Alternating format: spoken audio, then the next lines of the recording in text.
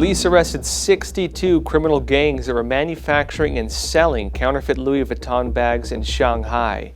But these were no ordinary knockoff bags. They were equipped with NFC sensor chips. I'll go into the bigger security concerns related to this. Also, CCP leader XI Jinping is pushing a new policy called the 5 Never Agrees. Under this, Xi says the Chinese people will never agree with anyone who attempts to split the Chinese Communist Party from the Chinese people or impose their will on China. I'll be going in depth into this. And also, Secretary of State Mike Pompeo recently stated in an interview that America slept while China grew in terms of military developments. I'll be explaining what happened. Welcome back, everyone. First off, some breaking news. China recently celebrated its Ghost Festival, where people pay homage to their deceased family members, including by burning paper that's believed to help relieve the suffering of the dead. During the last 2 days of the festival, many people noted that in Wuhan, China, the epicenter of the CCP virus, there was an unusually large number of people mourning their dead this year. On September 2nd, on the streets of Wuhan, from early evening to late at night, people were seen everywhere burning ghost money, known as joss paper. One Wuhan resident told NTD, quote, "I've never seen this much burning before." Another said, quote, "So many people are burning paper, it's hard to even find an empty spot. No one can count how many people actually left Wuhan in the first half of this year. I only see red flowers everywhere," which is a reference to the flower of ghosts. Now, when it comes to this again, Wuhan and Hubei province of China, this was the epicenter of the CCP virus, this new coronavirus, novel coronavirus that spread to just about every part of the world. When it comes to Wuhan, the CCP was accused over and over again of covering up the real death toll, covering up the outbreak, and covering up the origin of the virus. There's still no real investigations into this. And as the WHO, the World Health Organization, is sending its investigators to China, allegedly to find out what the origin of the virus was, it's been called out for allegedly not sending investigators to the epicenter in Wuhan, and also especially not looking into the laboratories into the idea of a possible leak, maybe from a virus they had on store there. And when it comes to Wuhan, again, there have been many different indications suggesting the death toll in the epicenter in Wuhan, again, was much higher than CCP authorities had been reporting. Previously, we talked, for example, about the different funeral homes running their incinerators around the clock. And now again, we have an indication with the amount of joss paper people are burning for their dead, suggesting again that the death toll could very likely have been very high in Wuhan. Meanwhile, in Shanghai, police arrested 62 criminal gangs that were manufacturing and selling counterfeit Louis Vuitton bags. Chinese state news outlet CCTV reported that authorities seized 30 sets of counterfeiting equipment, 2,000 counterfeit bags, and over 100,000 pieces of raw materials. The estimated value of these seized goods was around $14.6 million. But according to WND, these were not normal counterfeits. In the knockoff bags were anti-counterfeiting NFC sensor chips that could be scanned with a smartphone and that would direct people to the official website of Louis Vuitton. The inclusion of the chips is adding to concerns both that chips are being used for illegal purposes in China and also that chips like this could be used by the CCP for domestic and foreign surveillance. Now, when it comes to counterfeits, the Chinese mafia often runs operations to counterfeit bags, counterfeit different goods, and to sell these abroad and inside China. There are different degrees of these counterfeits of these luxury bags. For example, you go to Chinatown in New York, you can see people openly selling them. A lot of times there's different levels to these. There's the low-level bags, which even then are almost indistinguishable from the real ones. But when it comes to the high-end bags, the high-end counterfeits, they will sell for a bit more. They will even include the anti-counterfeiting chips. And this suggests again that these counterfeiters are getting these chips again and are also using them for illegal purposes. And this brings up different concerns as well when it comes to illegal spying devices. The Chinese Communist Party and its different companies have been exposed many times in the past having integrated spying devices or firmware or software on their devices. For example, smartphones having apps that you cannot delete. And within the apps, within the firmware of the phone, meaning at the chip level, the software at the chip level, Now, when it comes to concerns around spying devices in Chinese goods, there have been many, many cases of it. For example, smartphones, laptops, even electronic picture frames. There was one wild case of kettles being shipped to Russia where they found that inside the kettles, chips had been installed, and if you plugged in the kettles, they would search for open Wi-Fi networks and infect them. So again, this raises some concerns of possible surveillance being done through these counterfeit bags. In other news, your personal information may be sold on Chinese criminal markets, and this now may include images of your face for facial ID alongside handwritten notes or ID cards.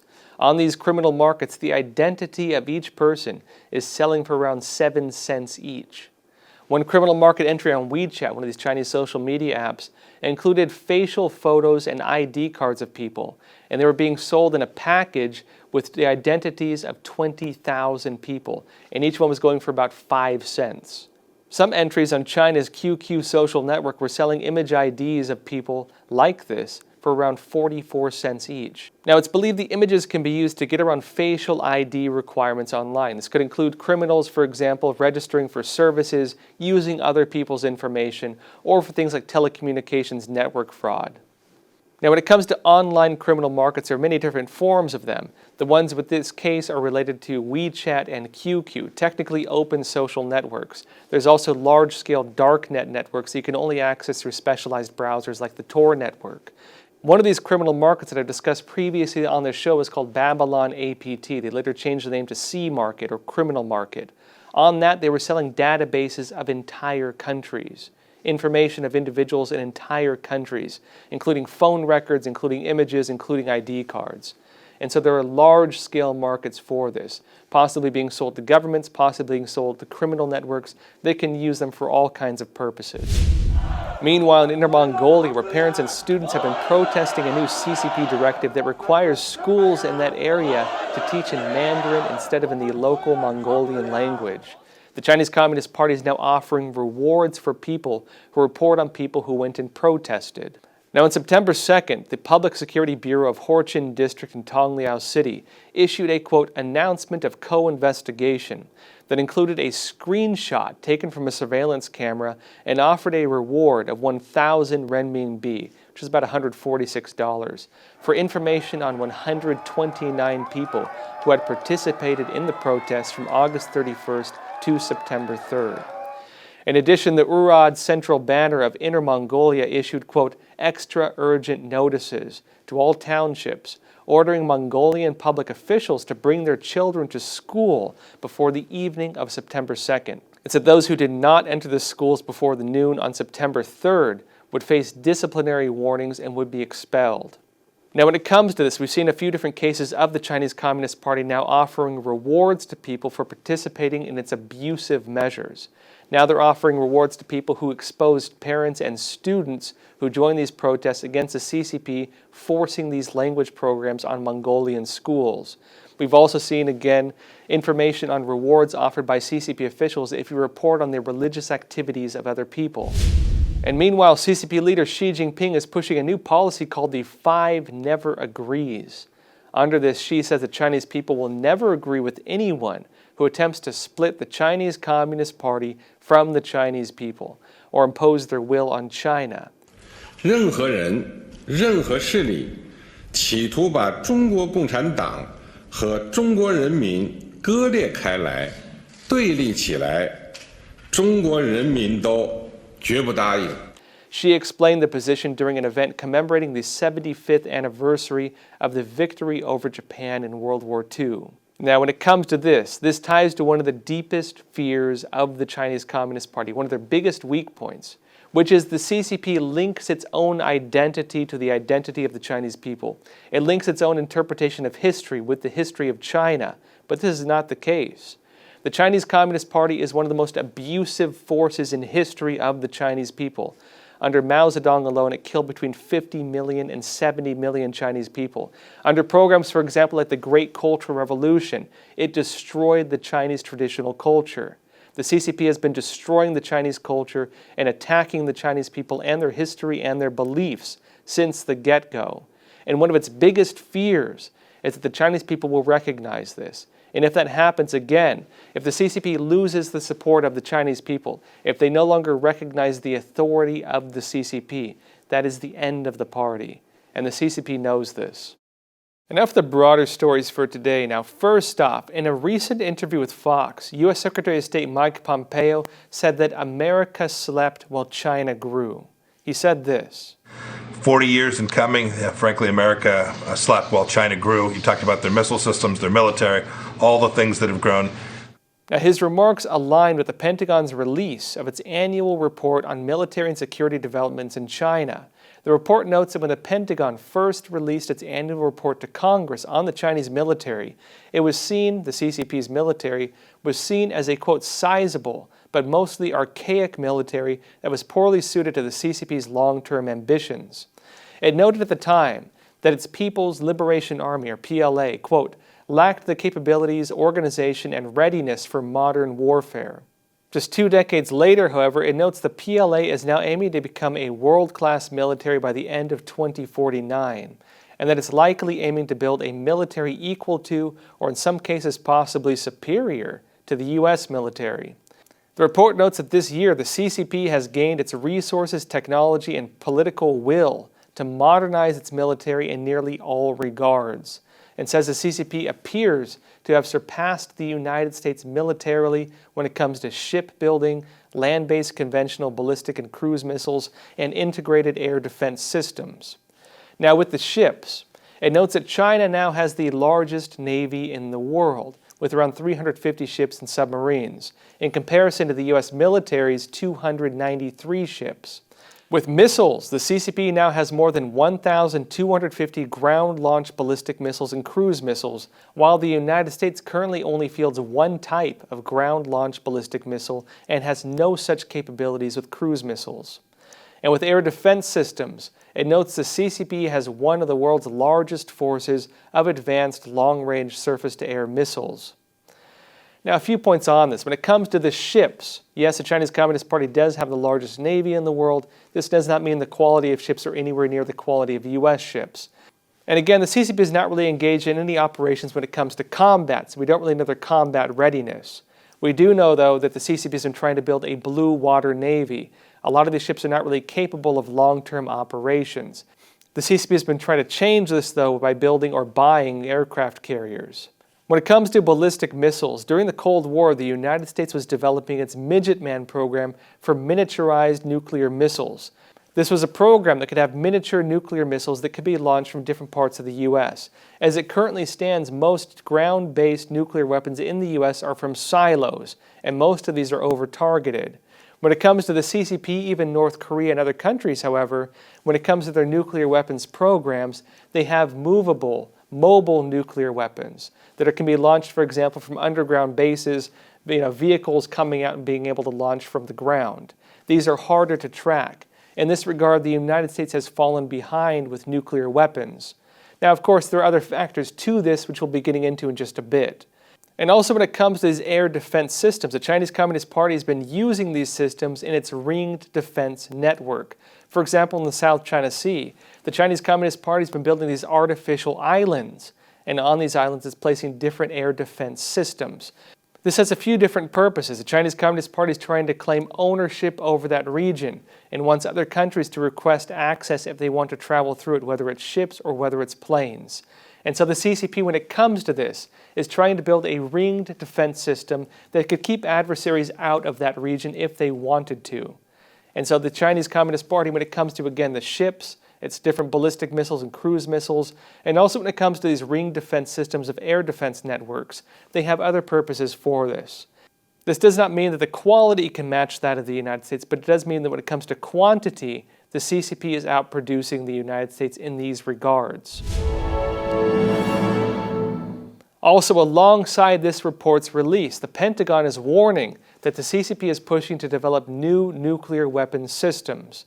DoD News notes that the CCP is suspected of having close to 200 nuclear warheads, although the full number is not yet known. It also states that over the next 10 years, the CCP is expected to double the number of nuclear warheads in its possession. It is not getting rid of them. It is building new ones. and this is also while it's developing new ways to deploy these weapons. The Pentagon states the CCP intends to develop a nuclear triad, similar to what the United States has been working to modernize. The nuclear triad includes the ability of the United States to launch nuclear weapons from land-based systems, from oceans and submarines, and from bombers in the air. Among the CCP's main narratives when it comes to nuclear weapons is its alleged, quote, no first use policy. Under this, the CCP claims it would not use or even threaten to use nuclear weapons unless another country did so first against China. The annual Pentagon report notes, however, that the CCP has contradicted this policy. Among the points, it notes it has additional policies that could likely override this. One of these, the CCP might use nuclear weapons first, for example, if it faced attacks from other countries that threatened the survival of the regime's nuclear force or that threatened the survival of the CCP itself. And this is important because the policy is based on conventional attack. And how does the CCP define what an attack is? Well, the Chinese Communist Party, when it comes to military doctrine, does not view attack just on kinetic warfare, what the United States would normally think of as war. Guns, planes, missiles, bombs, and so on, right? Direct combat. The CCP does not limit its definition of military attack within that. For the CCP, ideology is an attack. For the CCP, entertainment is an attack. Economy is an attack. All of these are different battlefields for the CCP in its written doctrine. And so again, how does it define attack? Conventional attack, again, that could threaten the survival of the CCP.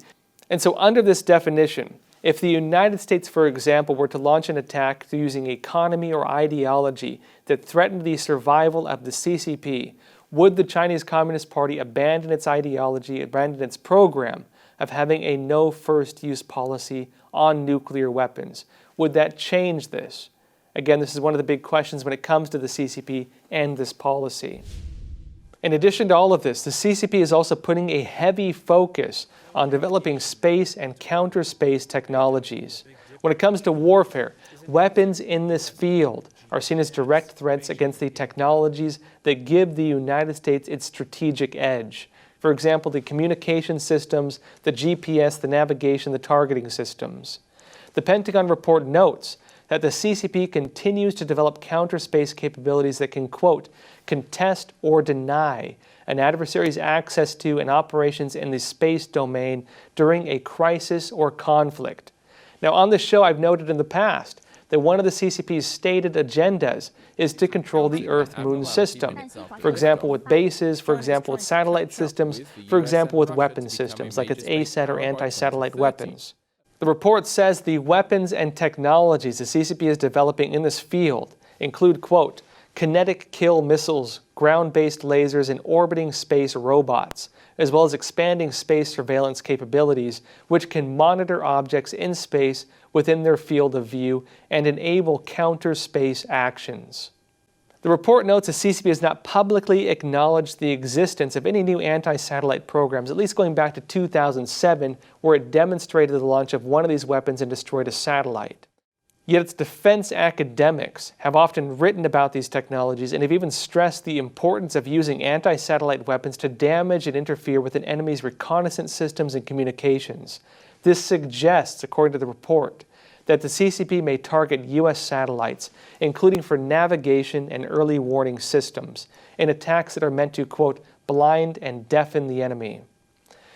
Now, when it comes to ASAT weapons, anti-satellite weapons, this is part of the CCP's warfare programs targeting the basic capabilities of the United States.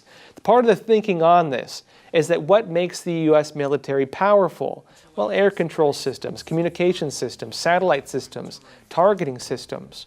All of this is dependent on satellites. If you want to fight the U.S. military and it has all these technologies, it's very difficult.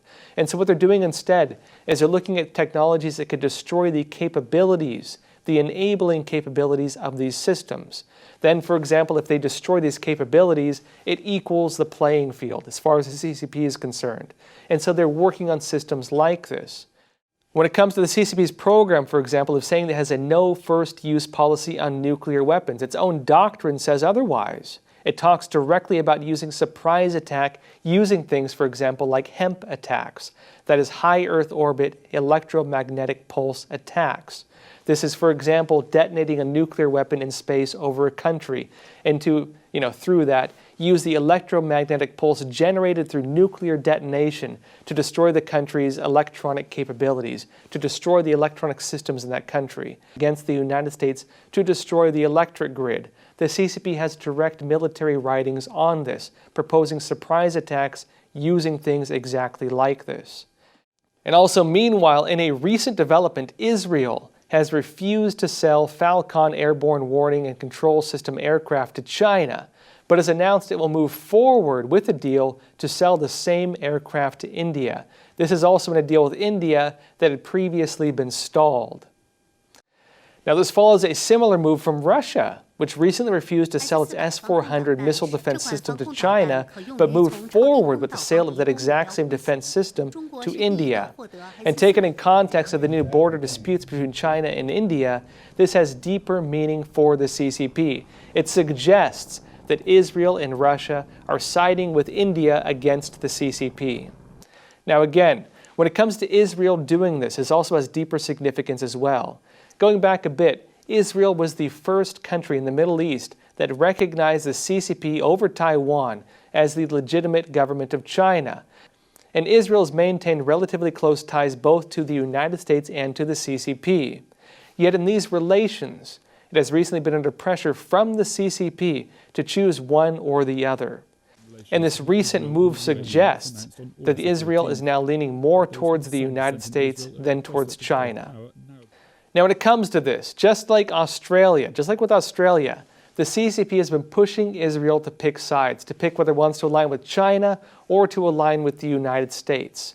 And the CCP seems to be losing ground on this because just like with Australia, it pushed Australia to side with the US over China.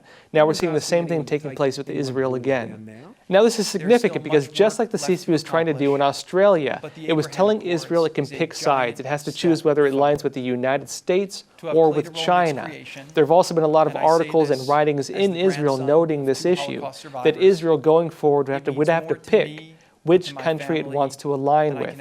It cannot have it both ways. The recent move suggests that it's going to align more with the United States than with China.